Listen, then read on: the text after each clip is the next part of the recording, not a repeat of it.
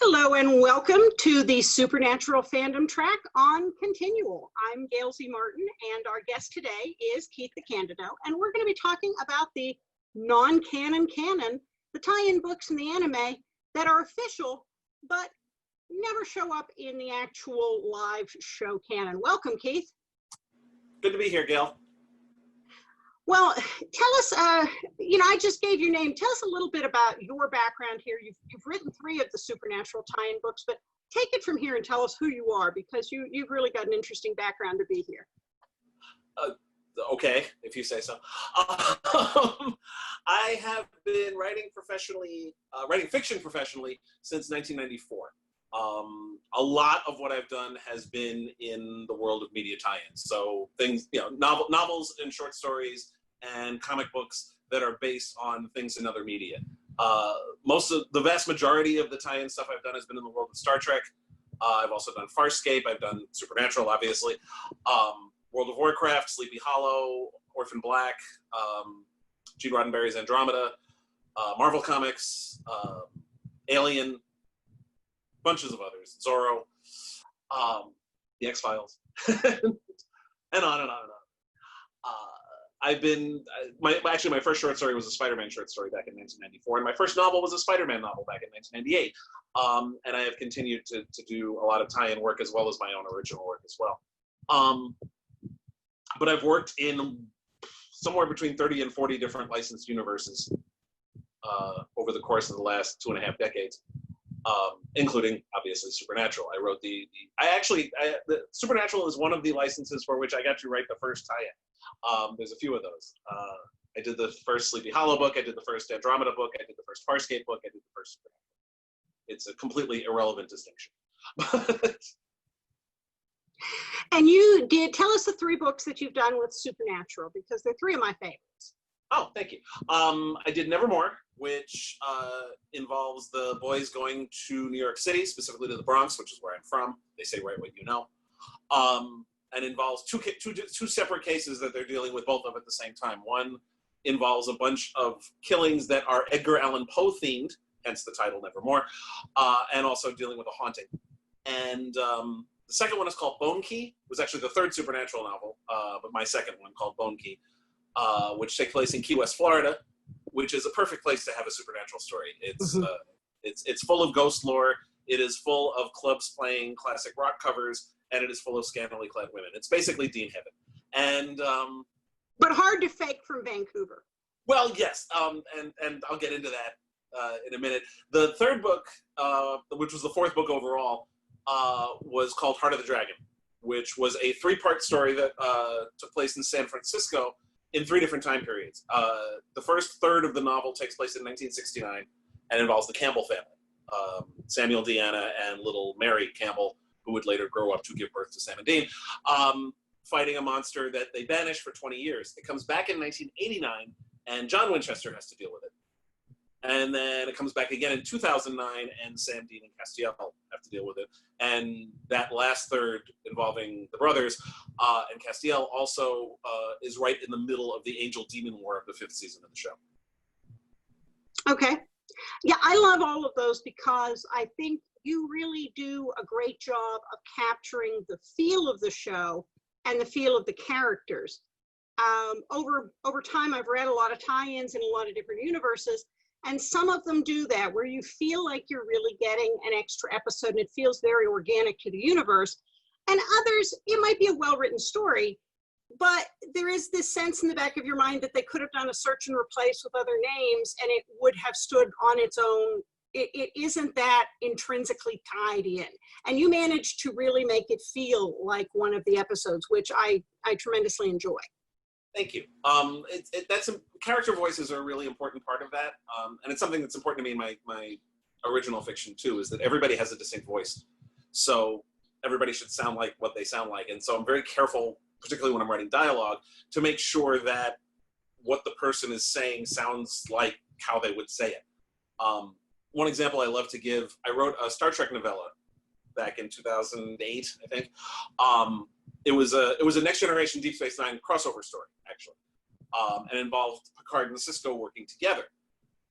Because in tie-in fiction, we are not beholden to actor availability or actor contracts, so we can actually do team-ups like that aren't really feasible in the live-action version. And there was a line of dialogue which I'd originally given to Picard and realized, no, Sisko has to be the one to say this thing that is being said. And by switching, I didn't just change it from Picard said to Sisko said. I completely rearranged how this sentence was phrased because Avery Brooks has a different speaking style than Patrick Stewart. And you have to be conscious of that when you're writing tie-in fiction in particular. The other thing I tried to do with Supernatural in particular, one thing I like to do, if possible, is to try to bring something to the novels that the TV show is not capable of delivering for one reason or other. Sometimes it's just something as simple as pairing up a couple of characters who could not be paired up because you could never get the two actors together again, or the actors passed away. You know, I can still keep writing Star Trek stories with DeForest Kelley or Leonard Nimoy, you know, with Spock or McCoy or Scotty, even though the actors who played them have died. So that's one of them. But another, with Supernatural in particular, and you touched on this, in Supernatural, they drive all over the country, but everywhere they go looks just like Vancouver. It's remarkably Canadian. Yeah. In a novel, we are not constrained by that. So a tie-in novel can embrace the location to a degree that the show can't, which is why I very specifically chose 3 locales that have a very distinctive character.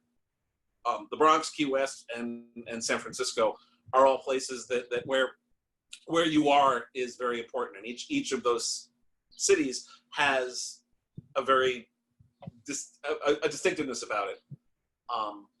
So that's that was part of what I was going for there. I know Jeff Marriott was the same thing. He wrote the second one, which was called I forgot what it was called, but he wrote this Witches Canyon, which takes the Southwest, which is where Jeff is from, and he did the same thing. He tried to, basically immerse the boys in the Southwest to a degree that you really can't do in Vancouver, as the X-Files proved every time they tried to go to Arizona. Yeah. There are cowboys in Canada, but it's not quite the same. Calgary is not Canyon Diablo, much as we love both. Yeah, that's one of the things that I really enjoy with books, is when the setting can come alive for me, and the setting actually becomes a character in the book, so that the book couldn't happen the same way anywhere else. Right. And I think that's also something you and I both do in our original fiction, is try to make that setting really important, because there's so many series that I've read where I may have never been someplace, but I have read enough books set in that place that I feel like I've got a connection to it. And I think that's one of the fun things with reading. And TV shows can do that. TV shows can do that. Supernatural can't, because of the nature of the show is that they travel all over the place, so they're always in a different place every week. There are some shows that, like Bosch, for example, is very much Los Angeles. The Wire is very much Baltimore. Treme is very much New Orleans. All the Law and Order shows are very much New York. And for that matter, the Dick Wolf's Chicago shows, same thing. They very much absorb the atmosphere around them of where they're filming. But Supernatural, by the nature of its premise, can't really do that unless they had a much bigger budget and can actually travel. Yeah, and that just gets into all kinds of complexities. Yeah. So can you tell us a little bit about how the tie-in process works? Because I think that's always something fans and readers sort of wonder about, because you often have the book slotted to come out maybe in between seasons. We wonder what you know that we don't, but there are also things that show up in the books that of course never show up in the show. How does that secret knowledge thing work? Do you guys have a handshake or something? I mean, Okay, well, with all tie-in works, it starts with the publisher, not with the writer. I didn't decide, hey, I'm going to write a supernatural novel and then try to get it published. It doesn't work that way, because I don't control the rights to it. With licensed fiction like this, it's work for hire, which means that the books are owned by whoever owns the property. In this case, it's Warner Brothers. But so what happens is whoever owns the property, usually the studio that produces the TV show, if you're talking about a TV tie-in. So for Supernatural, it would be Warner Brothers. For Marvel or Star Wars, it would be Disney. For Star Trek, it would be CBS, and so on. And sometimes it's like the small studio that runs it. Like I did a Leverage novel, for example, and I did that through the deal was with Electric Entertainment, which is Dean Devlin's production company. They're the ones who control those rights. Sometimes it's the network that shows it, or sometimes the network and the studio are the same. Like Sleepy Hollow was produced by 20th Century Fox and also aired on Fox, so it was all in-house. With Alien, it's also 20th Century Fox because they control the movies. Although now that's Disney too. But at the time I wrote my short story in my book, it was still 20th Century Fox up until about the last minute. Anyway, so they control the rights, and then they will sell the rights to do tie-in fiction to a book publisher. So, for example, with the Supernatural novels, the first 3 books were done with HarperCollins, and then Harper declined to do a 3rd book after Bone Key came out. It's weird actually, because the first 2 books, they contracted to do 2 books. Nevermore did really, really well, so well that they actually wanted to add a 3rd book. So I wrote Bone Key, and then after Bone Key, they decided not to do anymore, but for whatever reason. And then Titan picked it up, and Titan has done all the rest of them, aside from those first 3. And but the publisher will buy the rights from the studio to do tie-in books, and then the publisher then turns around and hires writers like me and my various and sundry tie-in writer colleagues. And every stage of the process has to be approved by the owner of the property. So, and you don't even write the book first. You have to write a plot outline. That has to be approved. Then you write the novel, and then that has to be approved. All the stages of the cover art have to be approved. Even for some, the book design has to be approved.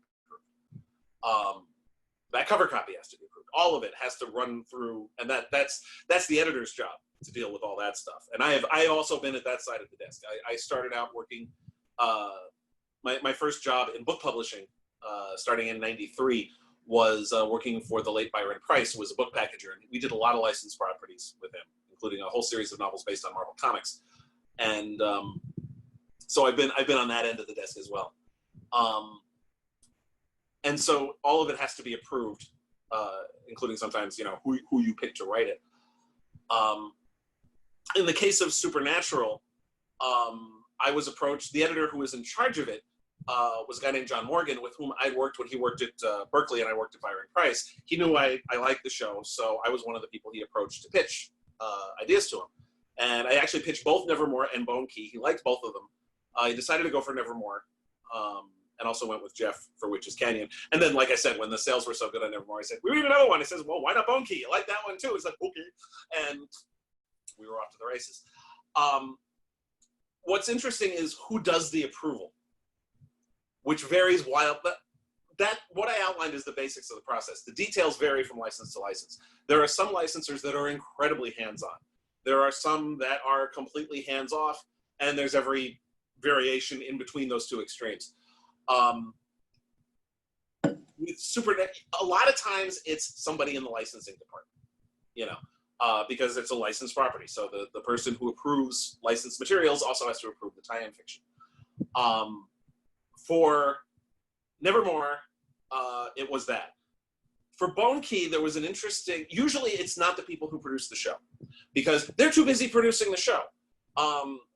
Producing a weekly TV show, particularly a network show where you're doing, between 20 and 30 episodes a year, is a 36-hour-a-day, 9-day-a-week job. And so they don't have time to approve, tie-in books, especially like an entire novel. That's work. And that's work they don't have. It's a time-consuming job, and they don't have the time for it. As it happens, I turned in Bone Key during the writer's strike in 2007. Eric Kripke, who was the showrunner at the time, literally had nothing better to do because he was on strike. So, so he decided, what the hell? Let me take a look at this thing. And after Bone Key, which he approved, he liked it. After that, his office, he still didn't have time to do it himself once the strike was over. But his assistant, whose name I no longer recall, unfortunately, because it's been more than 10 years, she did the approval. It was his office that did the approvals after that. Once he stopped being showrunner, I'm not sure how it worked. I haven't done, I didn't really do any more tie-in work. Titan was trying to go for a variety of different voices, so I didn't do any more after that. But that was an unusual case. Having said that, there are some cases where, and it's becoming more common now, where at least somebody involved in the running of the show will be involved in the tie-ins. As an example, the Star Trek Discovery and Star Trek Picard tie-ins, Kirsten Beyer, who is executive story editor on Discovery and supervising producer and also the co-creator of Picard, has been very much involved in supervising and dealing with the tie-ins for those two TV shows, both in comic book and novel form. And Kirsten also has a background as a tie-in writer. She's written more than a dozen Star Trek novels as well. So she's got the right background for that, which helps. I did a novella based on Heroes Reborn, which was the miniseries that was a sequel to the early 2000 show Heroes. And it was the showrunner of that show who worked with all 6 of us who did novellas to tie into it very closely. It was very important to them to have the tie-ins really, really be aggressively tied into the show itself. My particular job was to bridge the gap between the last season of Heroes and the beginning of the new show through the eyes of Claire, who was a character who was not in the miniseries because Hayden Panettiere wasn't available. So they wanted something that focused on her, since, again, actor availability doesn't matter when you're writing a tie-in novel. So I got to do that, and that was a case where I worked very closely. There are others where there was almost no guidance at all. Just, do something that takes place between 2 episodes and you're fine. I did an Andromeda novel that was like that. I did a Leverage novel where Leverage was not a very heavily serialized show, so it was very easy to plug in. Just have a heist that takes place there. John Rogers, who was the co-creator and co-showrunner, was very upfront about the fact that these were not all the adventures they had anyway. So he had no problem with additional stories that took place between episodes. So, but that was, so it varies, how hands-on they will get. Some of them, nitpick the crap out of everything. And as another example, which I haven't worked in, unfortunately, is Star Wars, which is very, very carefully managed. One I have worked in, which is World of Warcraft, which is micromanaged. It varies, but that's part of the challenge of doing it. Sometimes it's fun to actually work with the creators on it and do stuff that they want to see. So when you were working with the Supernatural one, I mean, I'm really thrilled that you actually ended up working with Kripke. I think that's what fans who read tie-ins secretly believe, is that you guys go off for this secret retreat huddle with the showrunner who, tells you these things that are coming up. That almost. You're privy to this arcane knowledge. Sadly, no. Way, but we want to believe. Yeah. Oh, I wish it did. Every once in a while, you'll get something like that. Like the Heroes thing, for example. They were very cooperative, and they were sending us scripts as they came in, and they were sending us script revisions as they came in. But that was the exception. Usually, you find out what you can't do when you do it, and they say no. I was going to. You ever do something where you write something happening, and they come back and go, "No, we nixed that in episode 8." Oh, sure. Happens all the time, particularly when you're dealing with an ongoing series. Perfect example, my Sleepy Hollow novel, which is based on the Fox show with Tom Meeson and Nicole Beharie. I sent them a proposal for what I wanted to do. It involved, it was actually inspired by something that happened in real life during the Revolutionary War. During the war, there were a bunch of elegant swords that were given out to heroes of the Revolution. They were awarded in 1775, but not actually issued until 1785 because it took that long for the swords to be actually forged. And so my idea was to use those swords, but also that the etchings and stuff on the sword were actually magical runes that could cast a spell, because that's what Sleepy Hollow did. It mixed the American Revolution with magic. So I thought this is perfect. So I wrote that up. I pitched it to them. They said, great, we love the idea. It can't be a magic sword. Turns out in the second season, which they were in the process of developing, but which hadn't come out yet, there's a magic sword. They didn't want to repeat that, which made sense. So I changed it to something else. The same basic idea. I just made up an award instead of using the existing elegant swords, which worked out better anyway because they gave me a little more freedom. But yeah, that's the sort of thing that will happen. You know, it's worse when it happens after the book has already been published. If you talk to the Star Trek editors in the 1990s, they were regularly cursing the names of the Deep Space Nine producers, and for that matter, the editors of the Buffy the Vampire Slayer novels, because the status quo kept constantly changing on the show, and they wouldn't warn them ahead of time. So you know, all sorts of things that would just happen. It's like, wait, but now we have to accommodate for that crap. And of course, because the production lead time on a book is much longer, it's not always, so you wind up with books that are already out of date by the time they come out because the change happened without them being able to know about it. So coming back to kind of having the show in your head as you're working on the books, and you were working in the early seasons with Supernatural, so there wasn't 15 years of canon to draw, and you only had a couple of years. Yeah. How, and from our vantage point now, we're looking back on them as they were almost baby Winchesters, especially when you see that cover on Nevermore. Oh my gosh, they're young.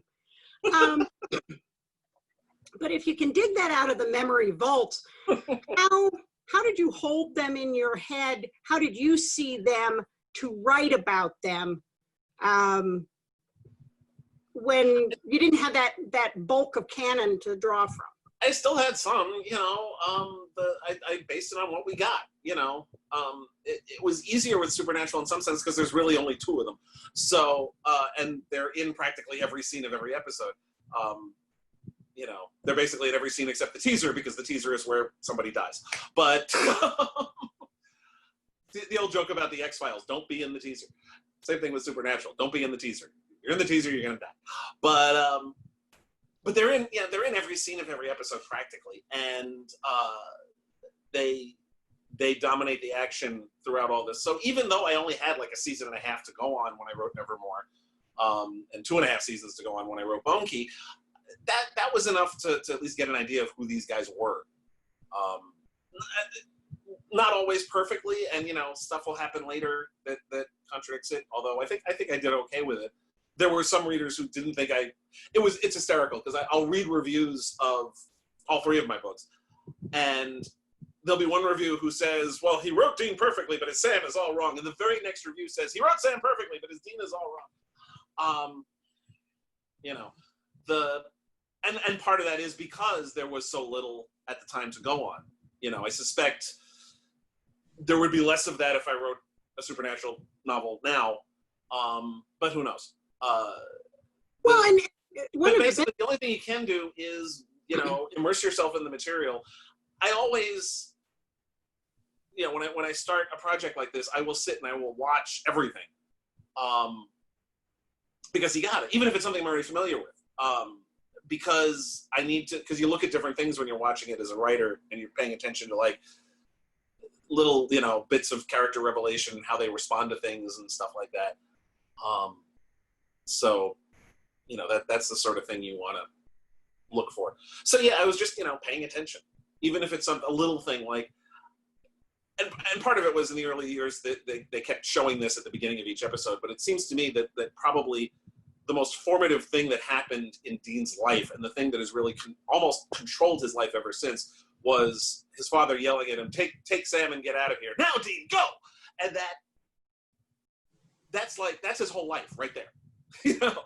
And I tried to use that where possible, particularly in Bone Key, where he's told he needs to focus on something important in order to accomplish what happens in the book.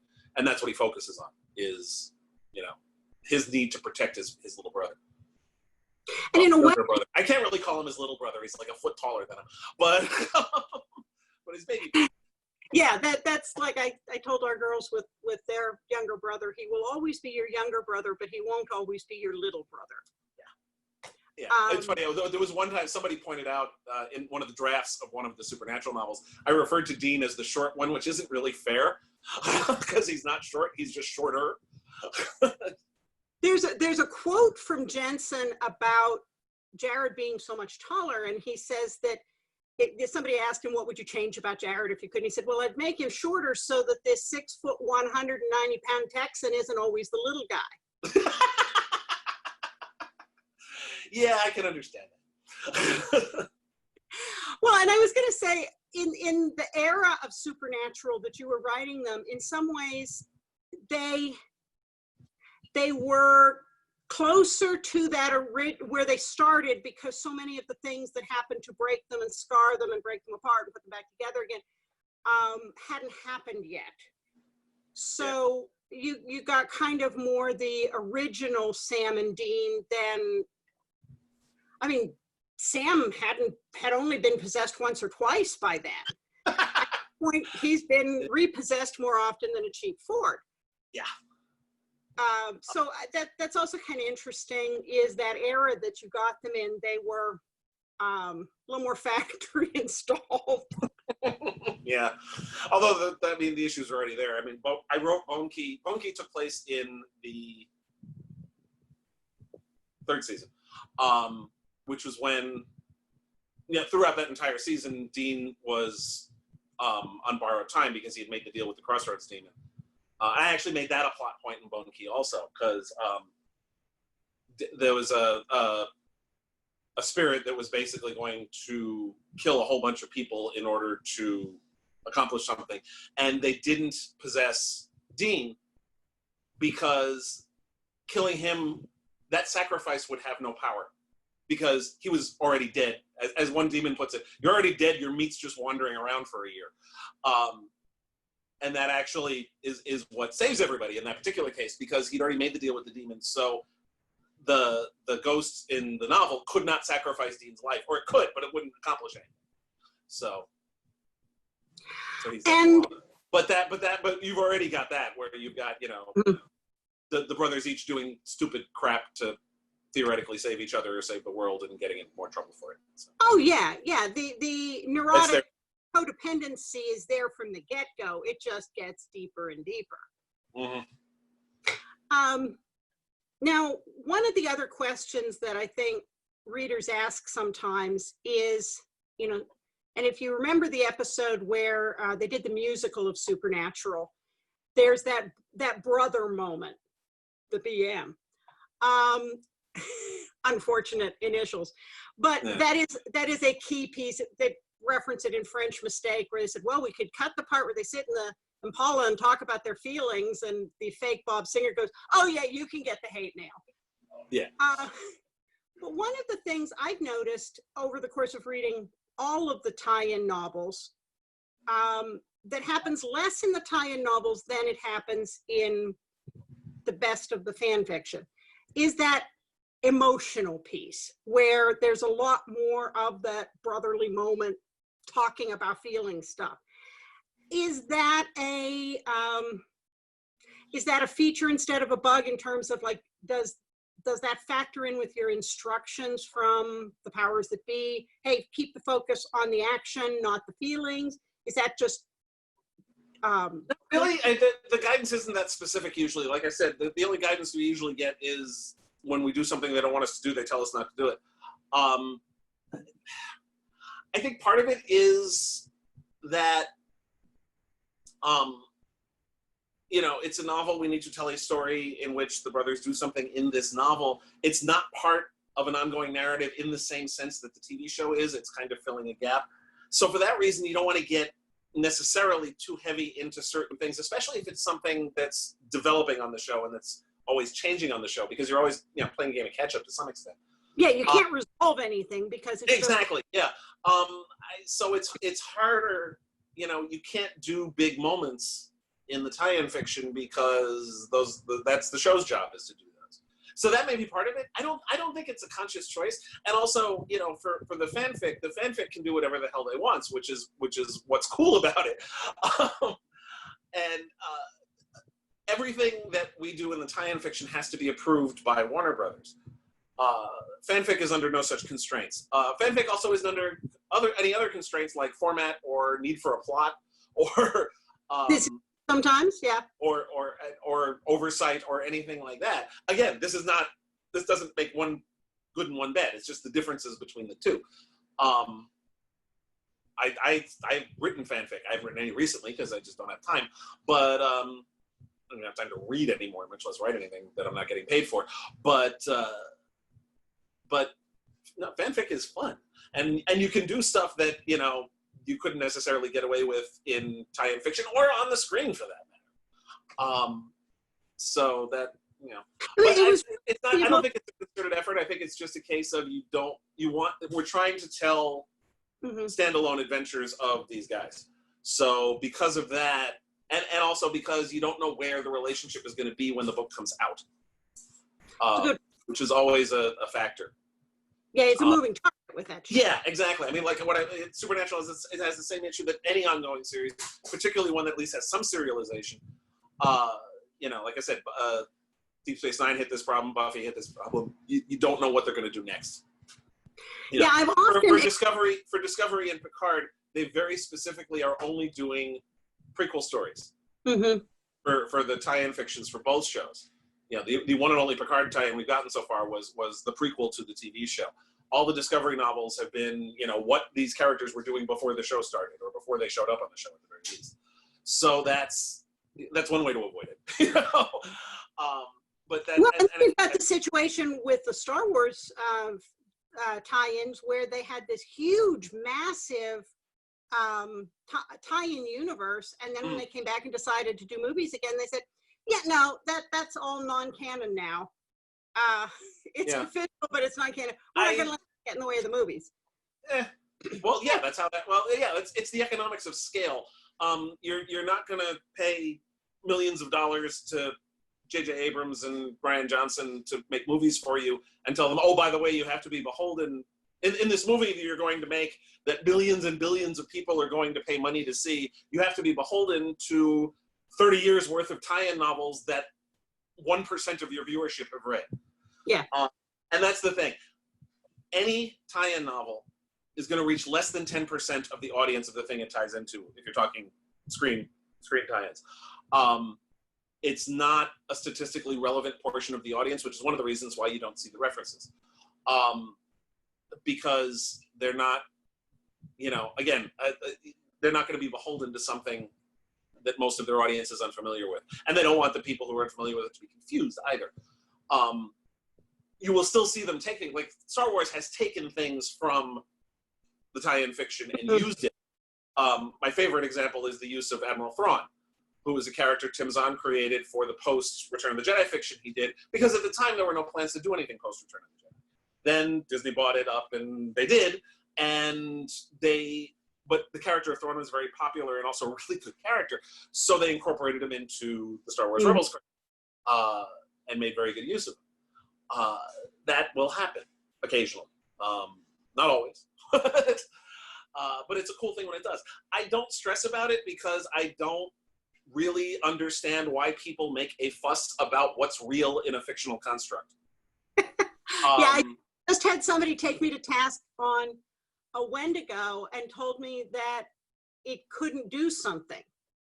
And I'm sitting there thinking, well, okay, let's ignore the fact that there are Wendigo-type creatures in a variety of cultures, none of which consulted with each other for canon consistency. It's still a fictional construct. Yeah. and I have very little patience with the dismissal of, and that's part of it is because it's almost done in terms of dismissiveness. Yes, the tie-in novels are not canon. You know what else isn't canon? The entire Marvel Cinematic Universe is not canon. And you know what? People still go see those movies a little. When you translate something to another medium, it isn't necessarily going to be consistent.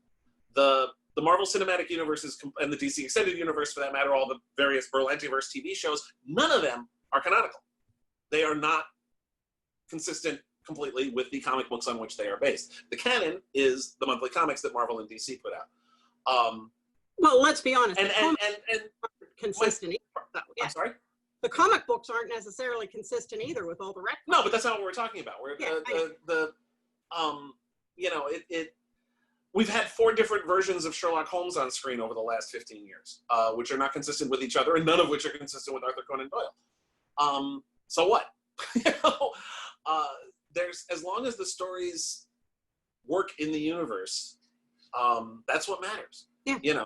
People accept the fact that Robert Downey Jr.'s Tony Stark bears precisely no resemblance to the Tony Stark of the comic books that has been around since 1962, because Iron Man was a phenomenal movie and Downey Jr. did a really good job of creating this version of Tony Stark. So we accept it. On the other hand,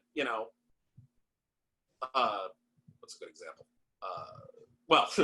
It wasn't so much Henry Cavill's fault, but Henry Cavill, or Brandon Routh actually does a version of Superman which isn't as well received, and that's pretty much been forgotten at this point. It's the trivia footnote Superman between. Well, bringing back on the universe side with Supernatural, of course, there's the biggie, which is that the tie-in writer is God. Carver Edlund turns out to be Chuck. Yes. Turns out to be God. First approach. I would like to state for the record that it freaked me the hell out when that character first showed up, because I'd never seen a guy who wrote tie-in novels be a character on a TV show to which it was tying into, and I was half expecting to see my novels up as his things there, but they didn't go for that. They went for him actually writing novel versions of their adventures. Mr. God. But it was still, and then he wound up being God, and I try not to let that go to my head. Well, and I think it's been interesting as we see in seasons 14 and 15, this playing out where God becomes the villain. And God is running through all these alternate scripts in his head. He has all of these worlds with his different Sams and Deans, and you're my favorites. And they are all playing out alternate scripts for what he thought. There's one where everybody's a squirrel, apparently. And and now he is destroying those worlds and coming after Sam and Dean. So you not only have God as tie-in writer, but vengeful tie-in writer. Crisis on Infinite Supernaturals, yes. Well, yeah, I mean, and parallel universe theory is always a good way to work around this. Star Trek did that. Stargate's done that. Lots of other people have done that. So there's lots of ways to make that work. Well, at least Jensen didn't have to get a goatee and a mustache to be. Yes. Evil so Jensen. Yes. Yeah. Must have the evil D. Although I make more sense for Sam too. He's more Spock-like of the two of them. Yeah, this is true. Well, they did play out. Chuck decided to run them through all the scenarios where he tried to kill them. And so we got to watch them kill each other over and over again and figure out what the hell was going on. Like you do. But, one of the things I like about the show is that it's aware of its fandom and aware of its tropes and aware of, and will occasionally play with them just to mess with people's heads. The fact they actually had an episode called Jump the Shark. They had called fan fiction that definitely proved somebody in the back room was reading it. Oh, yes. And the fan bases and all the rest of it. So that's been, I think, part of the fun of the show is that it's embraced that. It's a very self-aware, self-referential show. And then we get the meta episodes and the fourth wall. I mean, it really has done some fun things with that, not taking itself too seriously. Yeah. So I guess any other thoughts as we're kind of coming down to the end of our time together? Any other thoughts of this whole vengeful tie-in writer God thing? We'll see how it plays out. I mean, I think it's after this many years, you got to do something big to go out on, I guess. And it doesn't get bigger. Run through everybody else. Yes, and destroying multiple universes is a pretty good way to go big, as it were. It's one of the problems that you face is trying to find a way to top yourself each year, which gets harder and harder and more of a challenge. And the show didn't always manage it as well as it could have. Leviathan. Yeah. Yeah, exactly. that was actually the example I was thinking of too. And you know, it's hard when you've already threatened to you've already done the apocalypse, and you did it 10 years ago. We are now into apocalypti. I mean, what's Yeah. the... Yeah, one of my favorite lines from Buffy, it's like, until I met you, I didn't know there was a plural of apocalypse. And, but they had to do something, and I'm certainly all for bringing Chuck back. So. Yeah, it's going to be interesting. Of course, Yeah. Talk about added suspense. We have, at this point, 7 episodes left. They haven't filmed the last 2, and then, the great pause happened, and the hiatus got longer than we expected. So at this point, we don't know how it's going to end yet, but I may not know. I know it's going to be a great ride.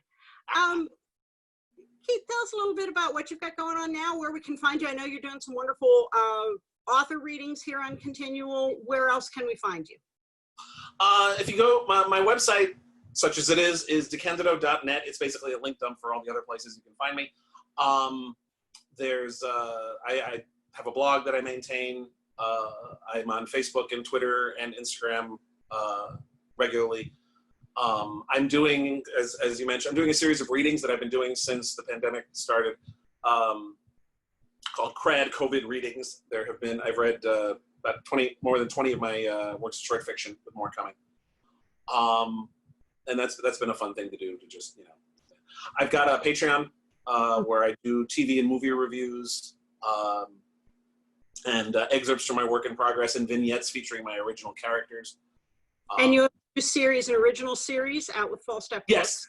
I've got, also, before I forget, I also write nonfiction for Tor.com. I've been doing, lately, what I've been doing is a rewatch of Star Trek Voyager. I've already rewatched the original series, Next Generation and Deep Space Nine. I also did a rewatch of Batman 66 and the Stargate franchise. And I did the great superhero movie rewatch, where I rewatched every single live-action movie based on a superhero comic book. As far as fiction goes, I've got a bunch of novels coming out. I've done the Precinct series, which is a fantasy police procedural. There are 5 novels in the series in a short story collection so far. The 6th novel, Phoenix Precinct, is in process, and we're hoping to have that out either end of this year, beginning of next year, depending. I've got an urban fantasy series set here in the Bronx called The Adventures of Brom Gold. I'm working on book 2 of that. The first book is called The Furnace Sealed and is available now. I'm also hoping to get book 2 out. That'll probably come out before Phoenix Precinct. And then I've got 2 collaborative novels coming out this year. One will be out soon. It's called To Hell and Regroup, which is a collaboration with David Sherman. David's an ex-Marine. The 18th Race is a trilogy of military science fiction novels. He wrote the first 2 a bunch of years ago, and due to various health problems, he was having trouble finishing the 3rd book. So I edited the first 2 books when they came out. David asked me to work with him to finish the 3rd book, so that's done. That'll be out soon. I've also written a thriller serial killer novel called Animal in collaboration with Dr. Munish K. Batra, which will be published by Wordfire Press around the end of the year. And I think that's everything. Everything is a movie. Oh, and I got some short stories coming out. I've got a short story, 2 anthologies from Crazy 8 Press that are coming out this year: Badass Moms and Pangaea 3 Redemption. The latter's a shared world, edited by Michael Jan Friedman. The first is about badass moms. I think you're in that one too, right? I'm not in that one, but I know you and I are in a couple of anthologies. Okay, yeah, I lose track. You too. And I'm also, my wife and I are putting together an anthology which will be going up on Kickstarter soon. I'm in that one. Yes, and that's we're starting up a small press called Whispering Wood, and we're hoping to have our first project up on Kickstarter sometime no later than June. So. Very busy. Hey, thank you so much, Keith, for joining us. It's been a lot of fun. Likewise. And if you haven't already read Keith's Supernatural books, as well as his other books, please go looking for them. They are definitely worth it. And he's a great writer, and especially those Supernatural tie-ins. Love them to pieces. Thank you for joining us on the Supernatural Fandom track here at Continual. I'm your host, Gail Z. Martin. Stay tuned for more supernatural love, lore, and legacy here on Continual. Thank you so much, Keith. Thanks.